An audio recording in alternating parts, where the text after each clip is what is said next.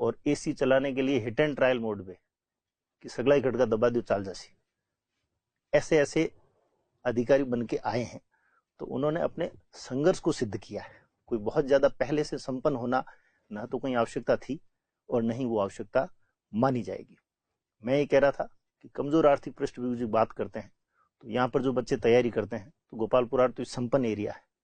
टोंक फाटक, पीछे बरकत नगर, आगे महेश नगर, जहाँ पे 1000-1200 रुपए में कमरा मिलता है, वहाँ 3-3 लोग एक कमरे में रह के गाँव से अपना गेहूं साथ में लाके चक्की से पिसवा के, आशीर्वाद और लक्ष्मी भोग का आटा नहीं, केरोसिन राशन का लाके और उस पे स्टोव पे खाना बना के 3 लड़के एक रूम में रह के हमारे साथ में सेलेक्ट होके आए थे।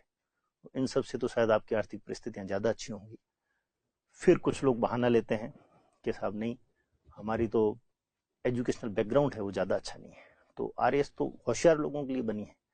ऐसा बिल्कुल भी नहीं है। आपके सामने जो बोल रहा है, जहाँ पे आने के लिए आप भी सोचते होंगे कि कभी मैं भी आके, क्योंकि हम लोग जब क्लास में पढ़ रहे थे दिलीप सर से, तो हमें बड़ी इच्छा होती थी कि कोई सिलेक्टेड कैंडिडेट जब हम आके गाइड करता था तो और तो कुछ होना हो, लेकिन ये सोचते जब हम सेलेक्ट हो जाएंगे तब जाके कैसे बोलेंगे। तो ऐसा आप भी सोच रहे होंगे। तो मैं 12 सप्लीमेंट्री वाला स्टूडेंट हूँ। मेरी नौकरियां अब तक करीब 7-8 लग गई हैं। मेरा मानना है कि इंसान को सपने देखने चाहिए, बड़े सपने देखने चाहिए और उनमें जान डाल देनी चाहिए। लेकिन जब लोग ये कहते हैं यार बड़े भाग्यशाली हो, हर एक परीक्षा को देते हो, हर एक परीक्षा पास कर लेते हो, बिल्कुल निश्चित तौर पे आपके सफलता में आपका परिश्रम, आपकी क्षमता और आपका प्रारब्ध, ये तीनों चीजें निर्णायक होती है। बाकी सब संयोग से मिलते हैं। स्प्रिंग बोर्ड में आने से ये हुआ कि वो प्रारब्ध का हिस्सा था, वो निश्चित तौर पे प्रूव हो गया कि अब तुम सही हाथों में हो। मैं अक्सर सर जो कहते हैं कि कोचिंग के बिना भी सिलेक्शन होते हैं, मेरा तो ये व्यक्तिगत रूप से मानना है कि स्प्रिंग बोर्ड में न आया होता और मेरे ऐसे कई साथी जो यहाँ न आए होते तो भूगोड़ों के भाव बिक गए होते। तो ये हमारा सौभाग्य था, प्रारब्ध था कि हम इस संस्थान से जुड़े और ऐसे परिणाम दे पाए। लेकिन उन 5-7 नौकरियों के पीछे का जो इतिहास है वो ये है कि मैं 18 एग्जाम में फेल हुआ। नवोदय से ही शुरू कर दिया था, एनडीए भी दिए, सीडीएस दिए, एसएससी के प्रीलिम्स, मेंस, सीपीओ के, हर तरह के ऐसे गंभीर एग्जाम। तैयारी सिर्फ आरएस की थी, लेकिन हर एक वैकेंसी आई उसमें एग्जाम देने में कोई बुराई नहीं थी। तो उनके पीछे कहानी वो भी है कि वो भी अनुभव आपको कहीं न कहीं सिखाता है। उसके अलावा जब आप एजुकेशन बैकग्राउंड की बात करते हैं तो आप लोग मेरे से बाद के जितने ही हैं, मैं 86 बोर्न हूं, तो आप कैलकुलेट कर लें, आपने अंग्रेजी काफी पहले सीखी होगी क्लासेज वाइज। हमने 6th क्लास में आके अपना अंग्रेजी में नाम लिखना सीखा। मेरा नाम थोड़ा लंबा था तो मेरे को सीखने में टाइम भी ज्यादा लगा, महेंद्र प्रताप सिंह, और तब घर वालों पे गुस्सा आता था कि इतना बड़ा नाम लिखने की कहाँ जरूरत है, राहुल लिखना सीख गया है, रमेश लिखना सीख गया है और महेंद्र प्रताप अभी पीछे चल रहा है। तो स्थिति तो ऐसी थी और हम सबके आराध्य हैं, हमारे एक मित्र हैं और उनके वो 12th में 3 बार फेल हो गए।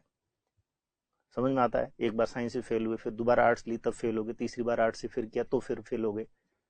फिर फर्स्ट ईयर में तो कोई इंसान हमारे आसपास में आज तो कोई था नहीं जो फेल हुआ हो, वो फर्स्ट ईयर में 5 बार फेल हुए। अब उनको, आप लोगों को यदि अधिकार दे दिया जाए, स्प्रिंग बोर्ड के गेट पे खड़ा कर दिया जाए तो आप उस संस्थान में ना आने दो। जैसे नालंदा के आगे गार्ड खड़ा रहता था और 4 क्वेश्चन पूछता था, तो आपको यदि कहे कि 12वीं में 3 बार फेल हूं और फर्स्ट ईयर में 5 बार फेल हूं, एमए प्रीवियस में भी 1 बार फेल हूं और तैयारी आरएस की करनी है, तो आप उनको धक्के देके बाहर निकालो घर और छोड़ के, उनके माँ बाप को संभला के आओ कि सर बच्चा बहक गया है। लेकिन वो आए, उन्होंने पहले ही चांस में आईएएस का प्रीलिम्स क्लियर किया। उनको लेट पता चला था कि परीक्षाएं पास करने से अधिकारी बनते हैं। उनके गांव में कलेक्टर साहब आए थे और वो कोई पटवारी जी ग्राम सेवक को डांट रहे थे कि मैं तुम्हें सस्पेंड कर दूंगा, नौकरी से निकाल दूंगा, घर भेज दूंगा। उन्होंने कहा ये कौन होता है आदमी जो घर भेज सकता है नौकरी से? तो बोला सर आईएएस होता है। तो कैसे बनता है? एग्जाम से। वो आगे आते ही पहला चांस दिया, 30 साल की उम्र में आईएएस प्री का एग्जाम पास कर लिया, मेंस दिया और इंटरव्यू से चंद नंबरों से रह गए। फिर लगा अब क्या कर सकता हूं, तो आरएएस दे सकता हूं।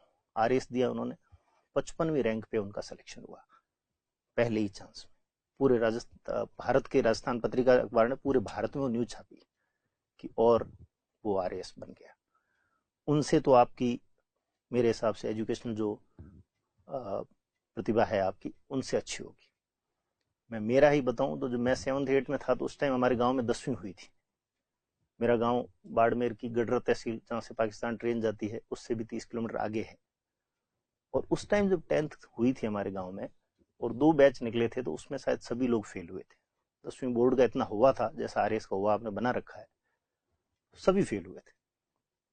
मेरे 7th में अच्छे परसेंटेज बन रहे थे, तो पूरे गांव की अपेक्षा मेरे से ये थी कि बोम सिंह जी का बेटा होशियार है, ये 10वीं पास कर जाएगा, उससे ज्यादा नहीं।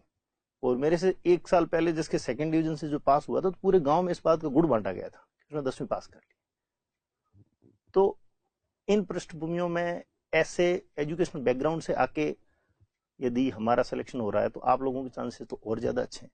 अभी तो 10वीं के परसेंटेज मेरे हिसाब से वो 99.9, और हमें जो बुखार आता है वो वाले हो गए। उससे ज्यादा तो कभी बुखार भी आए तो चिंताजनक बात हो जाती है। तो न तो इकोनॉमिक पृष्ठभूमि